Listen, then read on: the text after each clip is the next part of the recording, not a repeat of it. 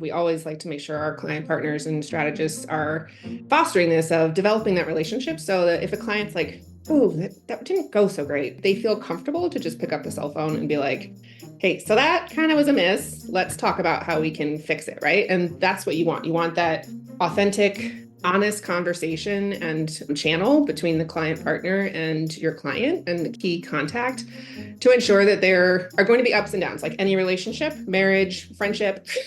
There will be ups and downs. It's not always going to be rainbows and sunshine. And so just being adults about how we approach it and manage those different proof points. Welcome to What Gets Measured, a NinjaCat podcast about marketing, performance management, metrics, and effectiveness. Because what gets measured gets managed. I'm your host, Jake Sanders. Kylie Kullack is the head of client engagement at Struck, an agency specializing in destination marketing, outdoor recreation, and biotechnology. Kylie has an extensive track record in marketing with experience in too many sectors to mention. She's a mentor, a board member of the Utah Advertising Federation, and she's here today to talk about client engagement. Kylie, welcome to the show. Thank you for having me, Jacob. This will be fun. I'm looking forward to it. Let's just jump in and talk about client engagement. What does this mean? I think I could get a dictionary and figure it out, but I want you to explain what it means and how it differs from account management. And then are there like principles that guide your approach to client engagement? Sure. No, happy to. We at Struck are different than other agencies and their typical structure. And it's been very intentional in how we have, over our past 26 years, identified the best teams and ways of working that are going to drive the best results for our clients. One of the key outputs from that was, instead of having just your account management and your production or project management teams and then strategy in a silo, we actually merged the strategy and client partner, which is your account manager teams, under one team, which I manage. And that was intentional to ensure that the strategists are more involved on the day-to-day client relationship and understanding where the opportunities are, the challenges are. They're hearing it real time versus in a brief within like certain periods of milestones. But then also the client partners are thinking more strategically by being partnered with a strategist on the day-to-day. They are also a little bit more interwoven into the strategic role as well. So our client partners under the client engagement team are really meant to be the business advisors for our clients. We're not just going to be the ones who send the meeting notes or who take them out to lunch. There's elements of that, but it's really being a strategic partner from the very beginning of our first new business conversation with them and understanding that we're going to guide them through the relationship and help them achieve their goals. So client engagement, I mean, it felt kind of new when I heard it. You're saying that not a lot agencies don't do client engagement. Why don't they? I think it's because a lot of agencies, I think agency world in particular, is ironically a little has a tendency to stay within the norm. And while it's always worked this way, this has been the way since Mad Men. This is the structure on how it works, and so be it. Rather than we are a little bit more innovative and really listening to client feedback through our engagements and our history and building the right teams to service our clients. That's so cool. And it just seems like if you really drilled in and you got feedback and paid attention and engaged with the clients, you might be able to elicit some of these things. And so what you're saying, and I love that paradoxically, well, we just want to keep it how it is and be like, aren't you at the intersection of culture and creativity or whatever your thing is? Like, you move at the speed of business, but you're doing things 50 years old. Totally. And I think it's, as I mentioned, we also have a very different new business approach. If someone were to come to us and say, hey, we want to work with you, we want a new website.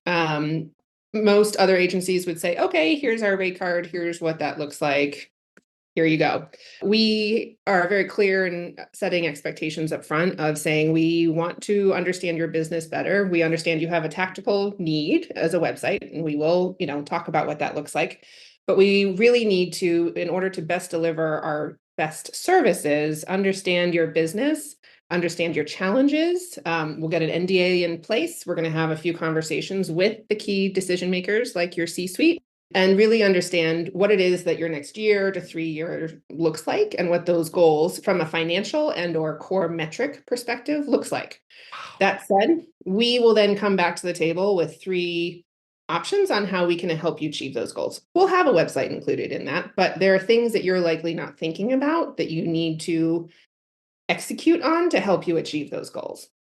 So we're Wow. thinking bigger picture on behalf of our client, and that sets the client partner and that client engagement team up for success of, listen, we are your business strategist and we will help you achieve those goals, and here's how we're going to do it, and we're going to walk you through it. I mean, this next question is, how do you build and maintain trust, understand client needs, and foster long-term relationships? You just said it. Because you're not seeing them as somebody who's like, oh, thank God someone went to a website. Let's do it. You're like, hold Right. on. I want to learn more. Because I bet this revelation and this new reimagining of the agency model comes from frustrations with clients where you said you wanted this thing, we delivered this thing, but now you're saying it's not working. But is that our fault? Is it your fault? Are we together to be blamed here? Like, I mean, is And that sort of the history of yeah, that? and this is where this, reimagined process really helps understand what is your ultimate goal and what is your immediate goal, what is your ultimate goal. And then we may come back to you and say, okay, we hear you, you want a website, but we don't think that's what you need immediately. And what we think you should do in order to achieve this goal is maybe shift to XYZ opportunities, deliverables that will be more impactful with your budget now. So it kind of takes some clients by surprise, but they appreciate the proactive and business thinking on behalf. And that's how you grow relationships, right? You understand their business, you understand what their challenges are, you understand what the market opportunities are within their various sectors, and we're proactively presenting these things of, have you considered what you're going to do about this challenge? And I think somebody would be like, oh, you are audacious. Of course we know what we want. We're the business. We're your clients. Boop, boop, boop. And you're like, I get it. But really, I think one of the things that's kind of coming in my mind is they're too close to the sauce. They're in the sausage machine. They don't Mhm. know. I mean, is that kind of, do you Yeah, think? and they're minding their day-to-day, and I understand they have their day-to-day jobs, and most of the time when they come to us, this is an additional undertaking that they're going to be adding to their plate, right? And so Yes. the easier, the more streamlined, the less time, if you will, um, some clients kind of want to do to execute that. That's great. I would say we don't work as well with those types of clients because we really want to be at the table, part of your day-to-day, understanding the business, and again, being that extension of their team, proactively saying, hey, we've been thinking about this, we know you don't have time for it, but here's what you should be thinking about, and some ideas around that, which How clients really appreciate. I appreciate. I mean, and a lot of agencies are like, Kylie's messing with us. Because we just show up, set up your thing, your wooden village. Looks really great. Then they start looking behind, the storefront, and they're like, "There's nothing. There's no substance here." And you're like, "Well, that was you were supposed to anyway. Did you pay us?" I love that you get a seat at the table because that is the table you're going to be judged at by the end of it. Yeah. Yeah. So get there in front. But it makes me think about this communication, effective communication, and also seeing people and really understanding them is the key to client satisfaction. What strategies or tools does your agency use to keep clients informed and engaged throughout the campaign life cycle? You were talking about milestones, check-ins. Like, what are some of those things? Well, we always like to make sure we have, obviously, throughout the new business process, those really in-depth conversations with the key stakeholders as we're developing trust. We're really understanding their business. When we have any client kickoff, involves a pretty in-depth half day or day immersion, kind of really get to know the team, get to know the product. If it's a product, if it's a destination, we're doing it on site. We need to make sure that we understand the brand and the experience that we're trying to deliver.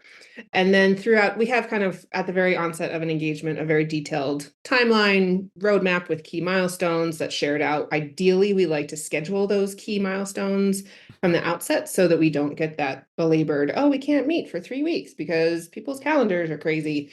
And really setting a firm timeline so that we can be held accountable on both sides to hitting the final delivery date as we had identified. Sure, there are going to be some slips here and there, and we acknowledge that, but by having a pretty clear outline and timeline and dates firmly, secured, that helps everybody manage expectations.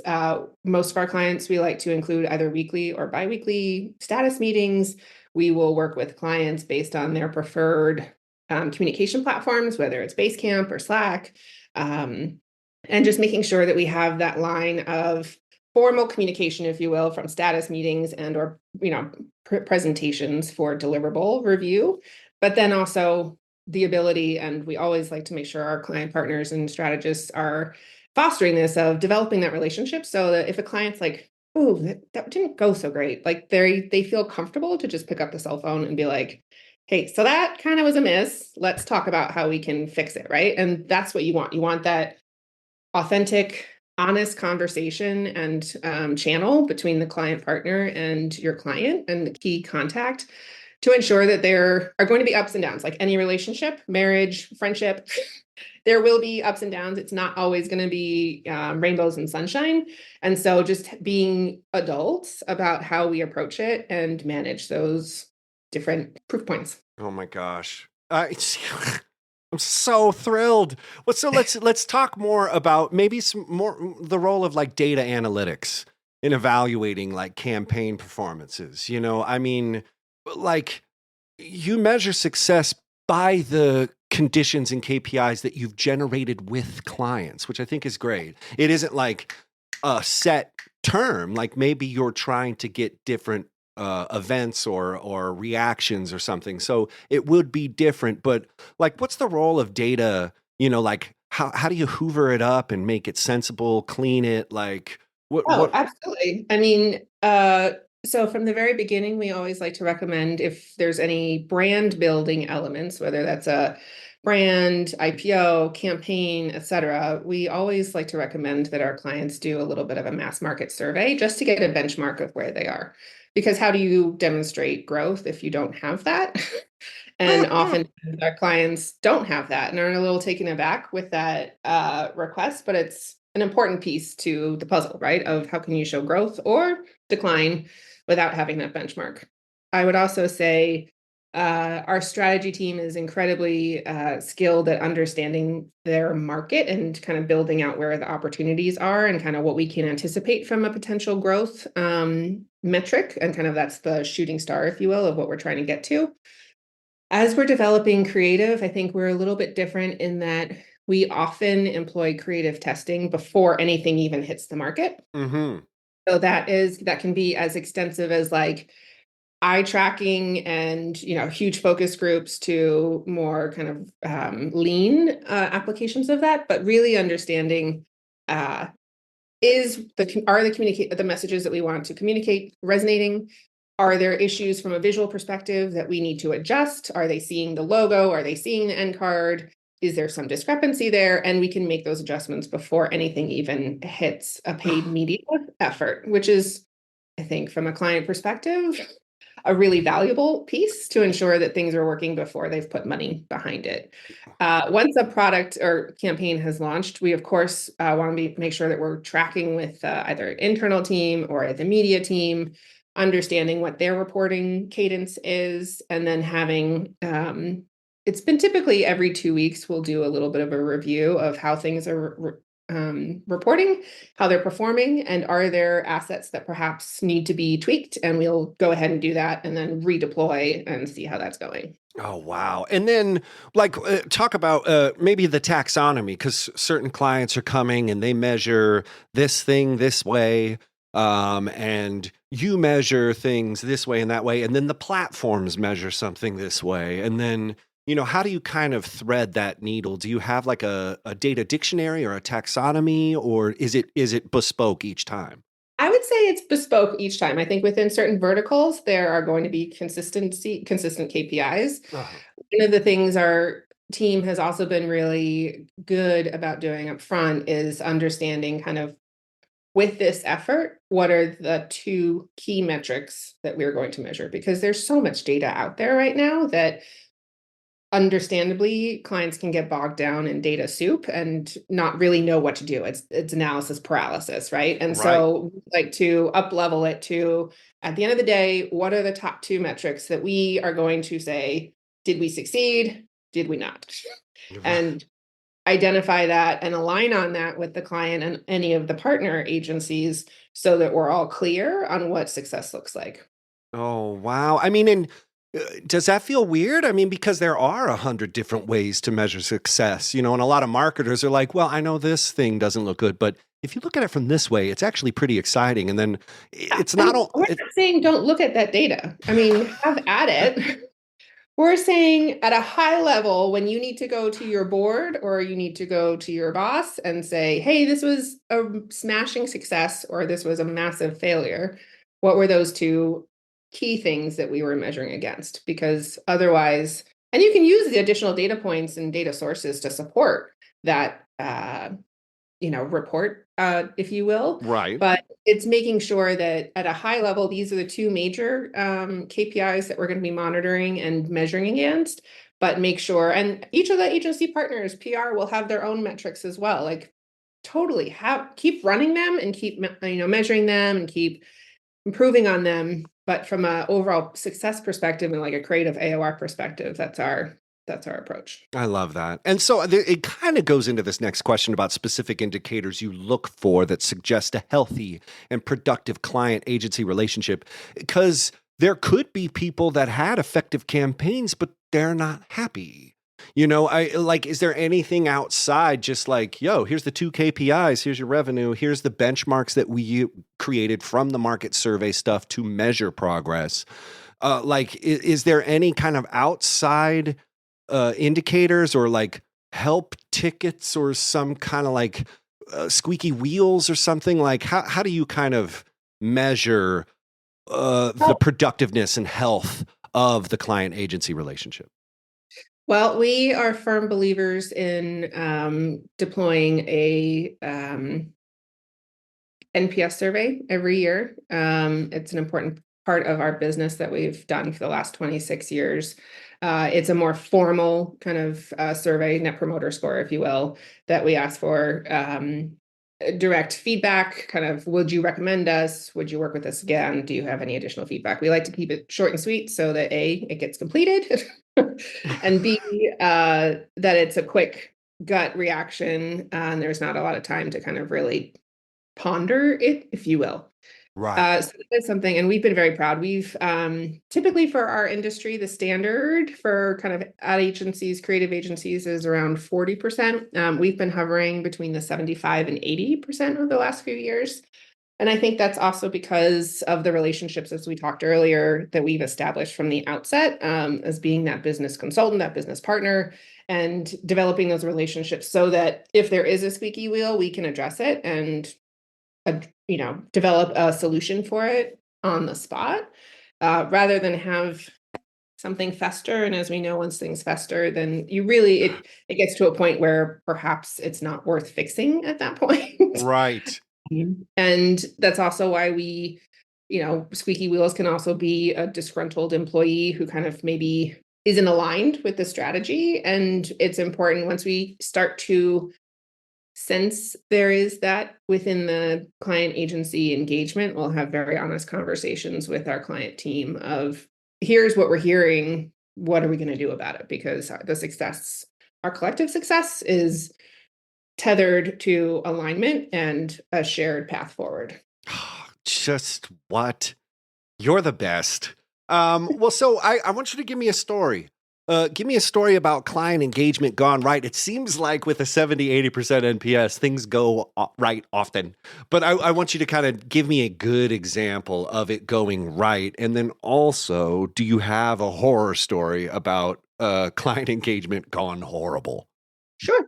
I think one of the key things that makes Struck a little bit different for almost all of our engagements, a core part of it is doing a core brand positioning, and really understanding who the brand is. What is their core truth? What makes them differentiated from their competitors and from those outside their category?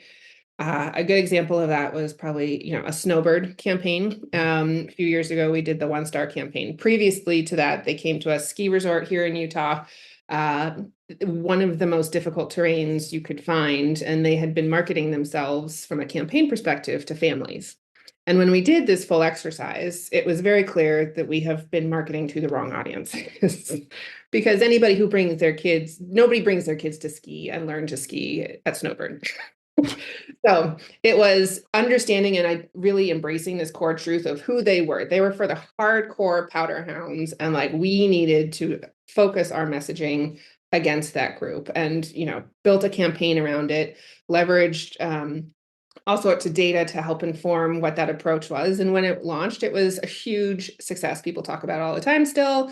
The employees at the resort were finally like, yes, this is who we are. It was this formalized crystallization of who that brand is, and the expression of that from a creative perspective was just awesome. I mean, we had Adweek awards, Jerry of the Day mentions. I mean, awesome. And the client, love that team. They're still seeing the success of that and kind of the offshoots of that overall.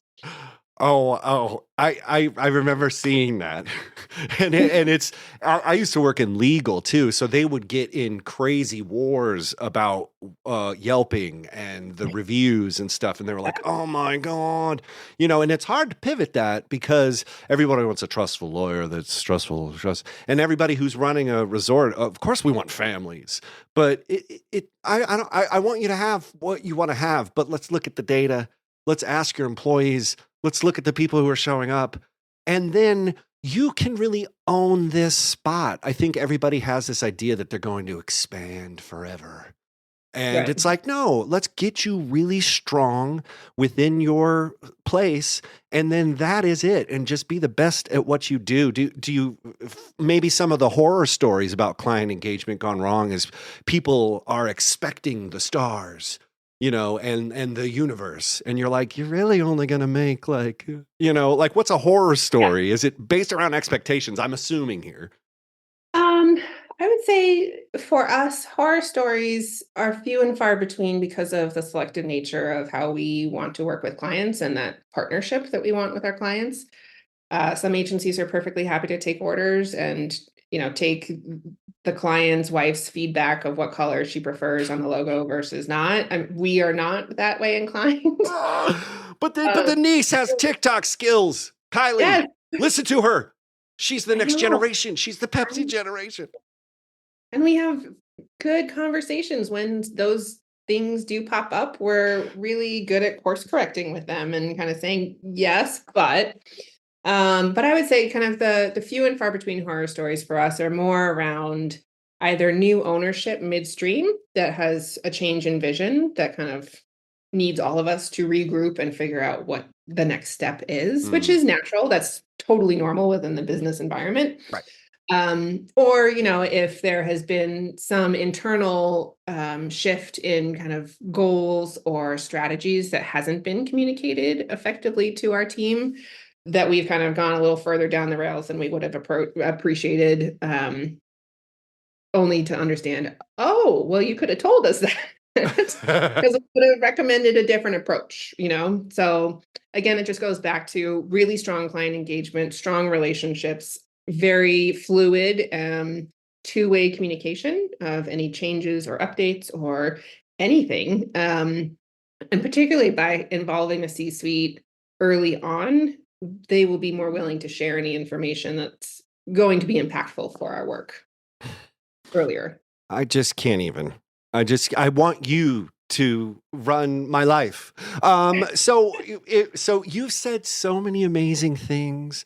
And all of it is really coming down to not just being tacticians and we're the best at whatever tactic. You really want to understand what's best. And every smart marketer you'll ever talk to always gives you It depends. They never give you a template. They never give you a way to 10x your revenue in the next 80 days. Like, it's like, I'm not going to make crazy promises.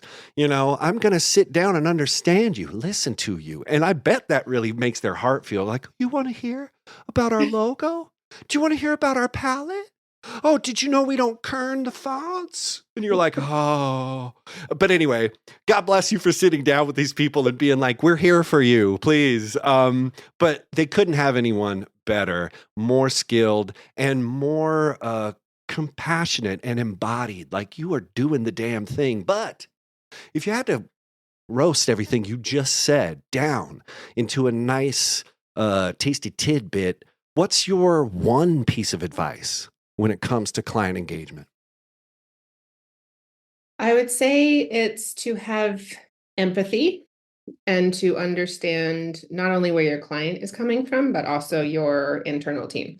I would say the client engagement team is probably one of the most difficult to navigate jobs, because not only are you the representative for the agency on the creative output that we are bringing to the table and want to fight for that creative output, we also need to make sure that we're the representation and the voice of the client at the table on the internal side. And, sometimes there's feedback that doesn't quite align, right? And you have to kind of understand the perspectives of each and understand where the opportunities are to kind of have another conversation and just make sure that everybody's on the same page and just be empathetic that we're all humans. This is all relationships. This is all service industry.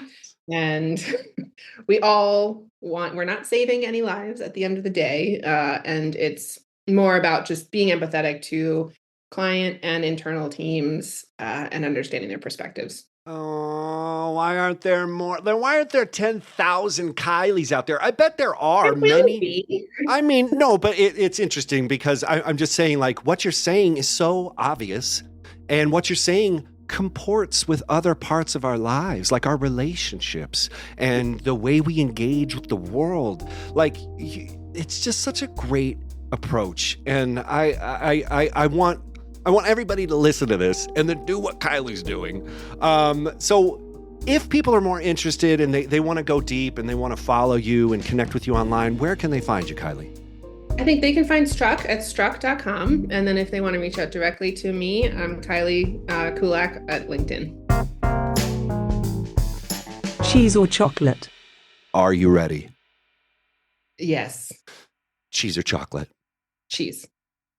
Rake leaves or leaf blower? Leaf blower. Yeah. Let's get this, wrap it up, I think is what Kylie's saying. I got to hop on a client call.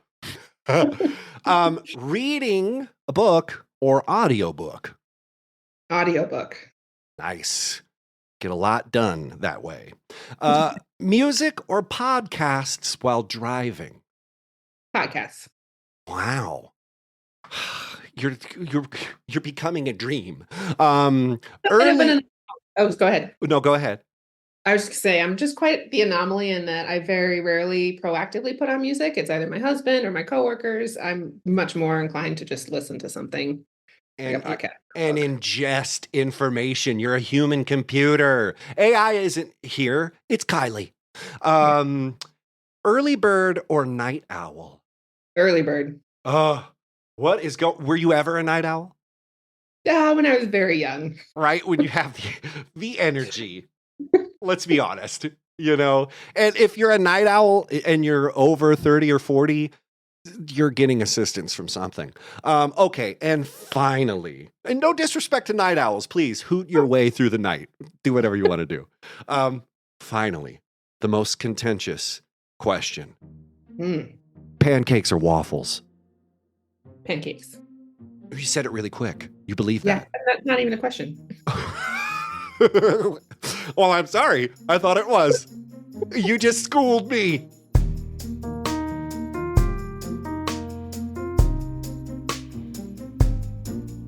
What Gets Measured is a NinjaCat podcast.